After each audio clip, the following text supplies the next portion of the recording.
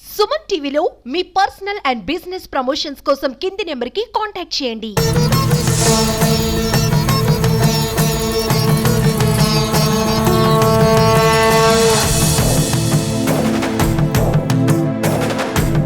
Welcome to Suman TV. నేను మీ సుప్రసాద్. ప్రస్తుతం మనం ప్రపంచంలో ఎక్కడా లేని విధంగా ఉన్న ఒక భూగర్భ కైలాసంలో అయితే ఉన్నాము. ఈ ఆలయం అనకాపల్లి జిల్లా నర్సీపట్నం నియోజకవర్గ పరిధిలో గల చిక్కుడుపాలెం అనే గ్రామంలో అయితే ఉంది. ఈ ఆలయ ప్రత్యేకత ఏంటంటే ప్రపంచంలో ఉన్న పరమశివుడి శివలింగ రూపాలు అయితే మాత్రం ఈ ఆలయంలో అణువణువు కొలువై ఉన్నాయి. ఈ ప్రాంతం అంతా కూడా అంతా శివమయంగానే ఉంది. ఈ ప్రాంతంలో అడుగుపెట్టిన మరుక్షణం పరమశివుడు ఒడిలో ఉన్నట్టు అయితే మాత్రం ఈ ప్రాంతం అనిపిస్తూ ఉంది.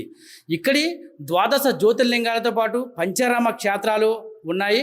అలాగే అనేక శివాలయాలు ప్రపంచంలో ఉన్న కాట్మాంగ్లో ఉన్న శివాలయాలతో పాటు అనేక రకమైన శివాలయాలు అయితే ఇక్కడ పురోహితులు అయితే మాత్రం ఇక్కడ ప్రతిష్ఠించారు. ఈ ఆలయానికి చేరుకొని ఈ ఆలయంలో ప్రత్యేక పూజలు నిర్వహిస్తే చాలు వారి కష్టాలు తొలగిపోవడంతో పాటు వారికి ఉన్న బాధలు కూడా తొలగిపోతాయని, అలాగే సంతానం లేని వారికి సంతానం కలగడంతో పాటు ఉద్యోగాలు రాని వారికి కూడా ఈ ఆలయంలో ఉన్న శివాలయాలకు ప్రత్యేక పూజలు చేస్తే, శివలింగానికి ప్రత్యేక పూజలు చేస్తే మాత్రం ఖచ్చితంగా వారికి ఉద్యోగం వస్తుందనేది మాత్రం ఇక్కడ నానుడి.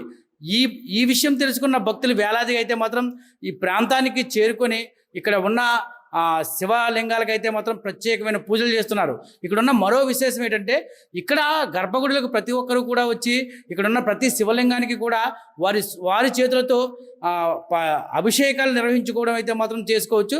అంటే కొన్ని దేవాలయాల్లో సొంతంగా మనం శివలింగాన్ని ముట్టుకోవడం కానీ అభిషేకం చేయడం కానీ కుదరదు. కానీ ఈ ప్రాంతంలో ఉన్న ఈ భూగర్భ కైలాసంలో ఉన్న ప్రతి శివలింగానికి కూడా మన స్వహస్తాలతో అయితే మాత్రం పూజలు చేసుకోవచ్చు. అలాగే తమకున్న కష్టాలను కూడా తొలగించుకోవచ్చు. అయితే ఈ ఆలయ ప్రాంగణంలోకి రాగానే మాత్రం నిజంగా ఒక రకమైన వైబ్రేషన్ అయితే ఉంది. ఎందుకంటే ఆలయంలోకి అడుగు పెట్టగానే పరమశివుడు కొలువై ఉన్న ఈ ప్రాంతం అంతా కూడా ఒక రకమైన పులకింత అయ్యే పరిస్థితి ఉంది. ఎందుకంటే రోమాలు లెక్కపొడిసే విధంగా అయితే మనకు అక్కడ అన్ని శివలింగాలు ఉన్నాయి. అలాగే మనసు అల్లకల్లంగా ఉన్నప్పుడు కానీ ఏదైనా ఇబ్బందులు పడుతున్నప్పుడు కానీ ఈ ఆలయ ప్రాంగణంలోకి చేరుకొని 5 నిమిషాలు ఇక్కడ భగవద్ ధ్యానంలో నిలబడితే మాత్రం డమరికం గజ్జల సౌండ్ అయితే మాత్రం పలువురికి వినిపిస్తూ ఉంటుందని మాత్రం ఇక్కడ పురోహితులు అయితే చెబుతున్నారు.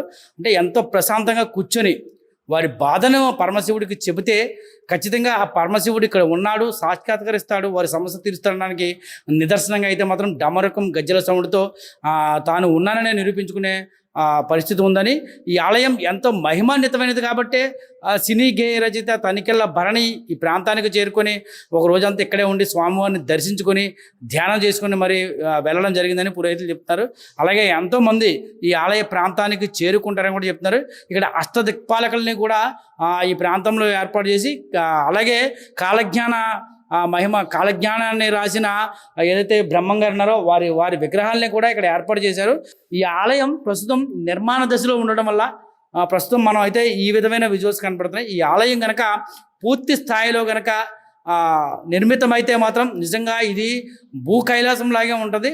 అణువణువు శివుడు కొలువై ఉన్న ఈ ప్రాంతంలో నిజంగా మానవుల కష్టాలు తీర్చడానికే ఈ ప్రాంతం వచ్చిందనే అనుకోవచ్చు.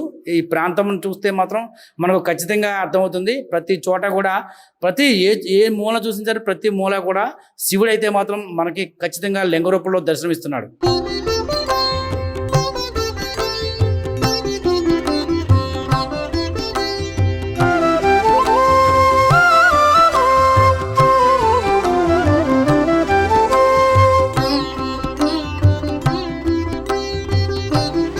ఈ భూగర్భ శివాలయంలో ప్రత్యేకత ఏంటంటే ప్రపంచంలో ఎక్కడా లేని విధంగా అయితే మాత్రం పార్వతీ పరమేశ్వర్లు శివలింగ రూపంలో దర్శనమిస్తున్నారు.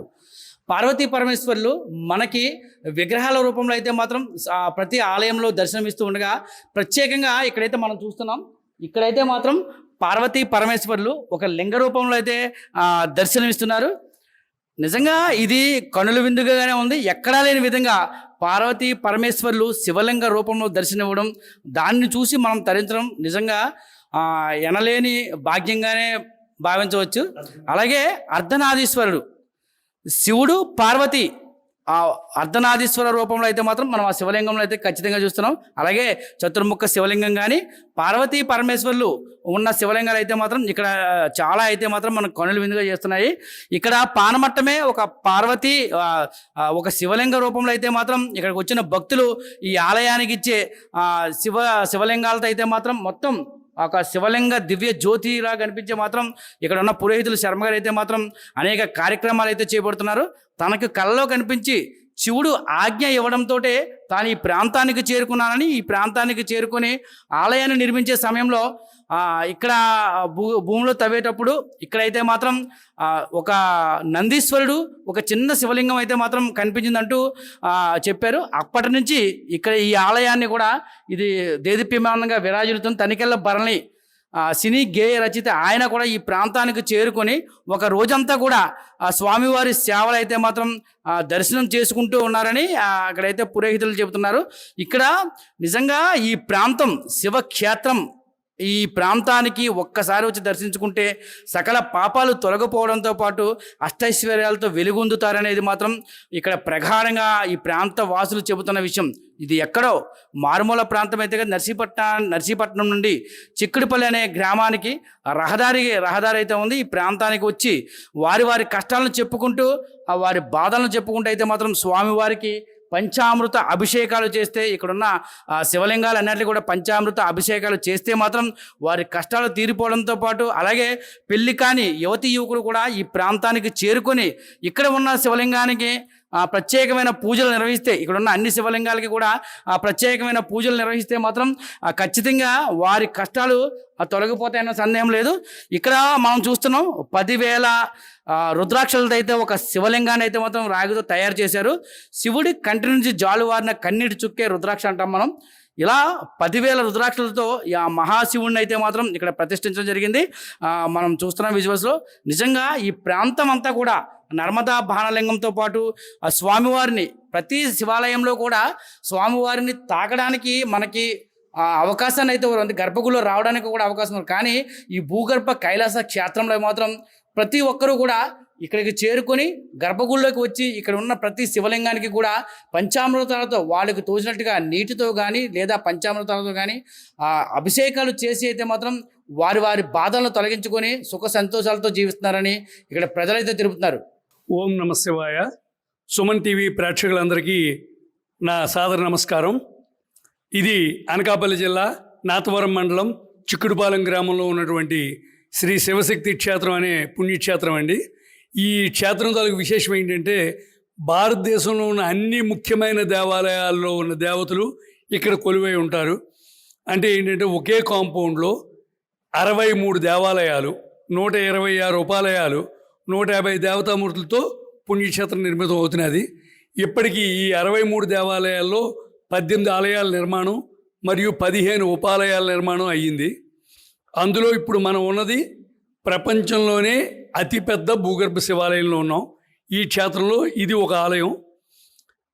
ఈ ఆలయం విశేషం ఏంటంటే ప్రపంచంలోనే అతిపెద్ద అవడమే కాకుండా ప్రపంచంలో ఉన్న అన్ని శక్తివంతమైన శివలింగాలు ఒకే చోట ఉంటూ ప్రపంచంలో ఎక్కడ కనీ విని ఎరుగిన శివలింగాలు కూడా ఇక్కడ ప్రతిష్ఠింపబడుతున్నాయి. ఇక్కడ మొత్తం అలాంటి ప్రధాన శివలింగాలు 72 ప్రతిష్ఠించాలని శివ సంకల్పం. ఒకరోజు రాత్రి శివుడు నా కల్లో కనిపించి ప్రపంచంలో ఉన్న అన్ని శక్తివంతమైన శివలింగాలు చూడాలంటే భక్తులకి చాలా వ్యయ ప్రయాసాలకు లోనవుతున్నారు, అందరు భక్తులు దర్శించుకోలేకపోతున్నారు, కాబట్టి అవన్నీ ఒకే చోట వచ్చేటట్టు కట్టు. అలాగే కొన్ని శివలింగాలు ఉన్నాయి, అవి కృతయుగం, త్రేతాయుగం, ద్వాపర యుగాల్లో ఉండేవిట, ఇప్పుడు లేవు. అలాంటి శివలింగాలన్నీ కూడా ఇక్కడ ప్రతిష్ఠించమని శివుడు నాకు ఆదేశిస్తే నేను ఈ ఊరు వచ్చాను. గ్రామాలు తిరుగుతూ ఈ ఊరు వస్తే ఈ ఊరిలో రుత్తన అప్పన్న గారి కుమారులు కీర్తిశేషులు ఆయన, వారి కుమారులు ఇక్కడ 20 సెంట్ల జాగా, 4 అన్నదమ్ములు కలిపి ఒక్కొక్కరు 5 సెంట్ల జాగా ఇచ్చి వారి తండ్రి గారు అయిన కీర్తిశేషులు రుత్తన అప్పన్న దంపతులు గారి జ్ఞాపకార్థం ఈ జాగా గుడికి ఇచ్చారు విరాళంగా. అక్కడి నుంచి నా ప్రయత్నం ప్రారంభించాను. ఇప్పటికి 7 సంవత్సరాలు అయింది. ఇప్పటికీ ఒక రూపుకి తీసుకురావడం జరిగింది. ఈ క్షేత్ర మహిమ తెలిసి తనంతరతో స్వయంగా తనికెల భరణి గారు, అలాగే ప్రముఖ సినీ హీరో సుమన్ గారు ఇలాంటి వాళ్ళు ఎంతమంది వచ్చారు. అలాగే మన ప్రెసిడెంట్ డిప్యూటీ సీఎం మరియు పవర్ స్టార్ పవన్ కళ్యాణ్ గారు అతి త్వరలో ఈ గుడికి రాబోతున్నారు. ఇంకా చాలామంది ప్రముఖులు అమిత్ గడ్కరీ, నితిన్ షా, చిరంజీవి గారు లాంటి వాళ్ళందరూ కూడా అతి త్వరలో ఈ గుడికి వస్తామని అన్నారు. ఈ గుడి తాలూకు వీడియోలు చూసి చాలా బాగుంది, మాకు నచ్చింది, ఇలాంటిది ఎక్కడా లేదన్నారు. ఈ గుడి చాలా పెద్దది, ఇది అవడమే కాకుండా ఈ గుడి ఇంకో విశేషం ఏంటంటే భక్తులు ఇక్కడికి వస్తే వాళ్ళు ఏ కోరిక కోరుకుంటే ఆ కోరికలన్నీ నెరవేరుతున్నాయి. ఇక్కడ ఇప్పటికి సుమారు 15 మందికి సంతానం కలిగింది. అలాగే ఒక 100 మందికి పైగా సంబంధం దగ్గరికి వచ్చి తప్పిపోతున్నాయి, వివాహం కుదరక. అలాంటి వాళ్ళు ఇక్కడికి వచ్చి పూజలు చేసుకుంటే వాళ్ళకి కొంతమందికి నెలలోపు సంబంధం కుదిరి వివాహం అయింది. మ్యాక్సిమం అందరికీ 3 నెలల లోపల కుదిరింది. ఇది చాలా ఆలయాల్లో జరుగుతుంది. కానీ ఏంటంటే ఒక 100 మంది వస్తే 10 మందికో 20 మందికో 30 మందికో మాత్రమే సక్సెస్ అవుతుంది. కానీ ఈ ఆలయ విశేషం ఏంటంటే ఇక్కడికి వచ్చిన వాళ్ళలో 99% మందికి మంచి జరిగింది. కొంతమంది 200 మంది పైగా ఉద్యోగం కోసం వచ్చారు. ఇక్కడికి వచ్చిన వెంటనే మంచి ఉద్యోగం వచ్చి వాళ్ళు సెటిల్ అయ్యారు. ఈ ఆలయ విశేషాలు ఏంటంటే ఇక్కడికి భక్తులు ఎవరైనా, ఏ కులం వారైనా ఎవరైనా లోపలికి రావచ్చు. అందరికీ దర్శనం ఫ్రీ, ఏ విధమైన టికెట్ పెట్టలేదు. అంతేకాదు స్పర్శ దర్శనం కూడా ఫ్రీ. అంటే స్పర్శ దర్శనం అంటే కొంతమందికి శివలింగం ముట్టుకోవాలి సరదా ఉంటుంది, అది ఎంతో భక్తిగా చేసుకోవాలి. కానీ చాలా ఆలయాల్లో వాటికి టికెట్లు పెడుతున్నాయి, చాలా బాధాకరమైన విషయం. ఇక్కడ మాత్రం అలాంటి టికెట్లు ఏవి పెట్టకుండా అందరికీ ఫ్రీగా అనుమతిస్తున్నాం. ఈ ఆలయం మరో విశేషం ఏంటంటే భక్తులు తమ స్వహస్తాలతో సావకాశంగా 1 గంట 2 గంటలు కూర్చొని ఈవెన్ శివరాత్రి, మహాశివరాత్రి, కార్తీక సోమవారం ఇలాంటి పుణ్యదినాల రోజున కూడా చక్కగా సావకాశంగా 1 గంట 2 గంటలు కూర్చొని వారి స్వహస్తాలతో ఏకాదశి రుద్రాభిషేకం చేసుకునే అవకాశం భారతదేశం మొత్తం మీద ఈ ఒక్క శివాలయంలోనే ఉంది. అలాగే ఇంకో ముఖ్యమైన విశేషం ఏంటంటే ఈ ఆలయంలో గర్భగుడిలో ఇన్ని ముఖ్యమైన ప్రధానమైన శివలింగాల నడుమ శివలింగ ప్రతిష్ఠ అవకాశం అందరి భక్తులకి కల్పిస్తున్నాను. ఇక్కడ మొత్తం ఈ గర్భగుడిలో ప్రధాన శివలింగాలు 72 శివలింగాలు వస్తూ మామూలు శివలింగాలు 1,00,000 దాకా వస్తాయి. మొత్తం 1,72 శివలింగాలు వస్తాయి. అది ఈ శివాలయం ప్రత్యేకత. ఇందాకలా చెప్పాను కదా 72 ప్రధాన శివలింగాలని. అందులో 25 శివలింగాలు భారతదేశంలో ఉన్నవి ప్రధాన శివలింగాలు. అవి ఏమిటంటే 12 జ్యోతిర్లింగాలు. అంటే కాశీ, శ్రీశైలం, రామేశ్వరం ఇలాంటివి 12 జ్యోతిర్లింగాలు ఉన్నాయి. ఇవి 12. పంచ ఆరామాలు అమరావతి, ద్రాక్షారామం, పాలకొల్లు, భీమవరం, సామర్లకోట ఇవి 5. అలాగే పంచభూత శివలింగాలు కంచి, కాళహస్తి, అరుణాచలం, చిదంబరం, జంబుకేశ్వరం ఇవి 5 శివలింగాలు. అంటే 12 + 5 + 5 22. 23 అమర్నాథ్, 24 ఋషికేశ్. ఈ 24 భారతదేశంలో ఉన్నాయి. 25ది ఒకప్పుడు భారతదేశంలో ఉండేది, ఇప్పుడు నేపాల్ దేశంలో కాఠ్మండూలో ఉన్న పంచముఖేశ్వర పశుపతినాథ్ శివలింగం. ఆ 25 శివలింగాల్లో ఇప్పటికి 13 శివలింగాలు ప్రతిష్ఠ అయింది. అంటే 12 జ్యోతిర్లింగాలు ప్రతిష్ఠ అయింది. అలాగే ప్రపంచంలో ఎక్కడా లేని మహిమాను శివలింగాలు 47 దాకా ఉన్నాయి. అందులో ఇప్పటివరకు ఒక 12 శివలింగాల దాకా ప్రతిష్ఠ అయ్యాయి. అవి ఏంటంటే రాగి శివలింగం, ఇత్తడి శివలింగం, శేషం శివలింగం, తగరం శివలింగం, పంచలో శివలింగం, అష్టలో శివలింగం, వెండి శివలింగం, 10,000 రుద్రాక్షలతో చేసిన రుద్రాక్ష శివలింగం, ప్రపంచంలో ఎక్కడ లేని ఏకైక మొట్టమొదటి అర్ధనారీ శివలింగం, ప్రపంచంలో ఏకైక మొట్టమొదటి పార్వతీ పరమేశ్వర శివలింగం, అత్యంత మహిమాన్వితమైన బాణ శివలింగం, పాలరాజ్ శివలింగం, 360 శివలింగాలతో కలిసిన మహాశివలింగం, ఇలాంటి అద్భుతమైన శివలింగాలు ప్రతిష్ఠించడం జరిగింది.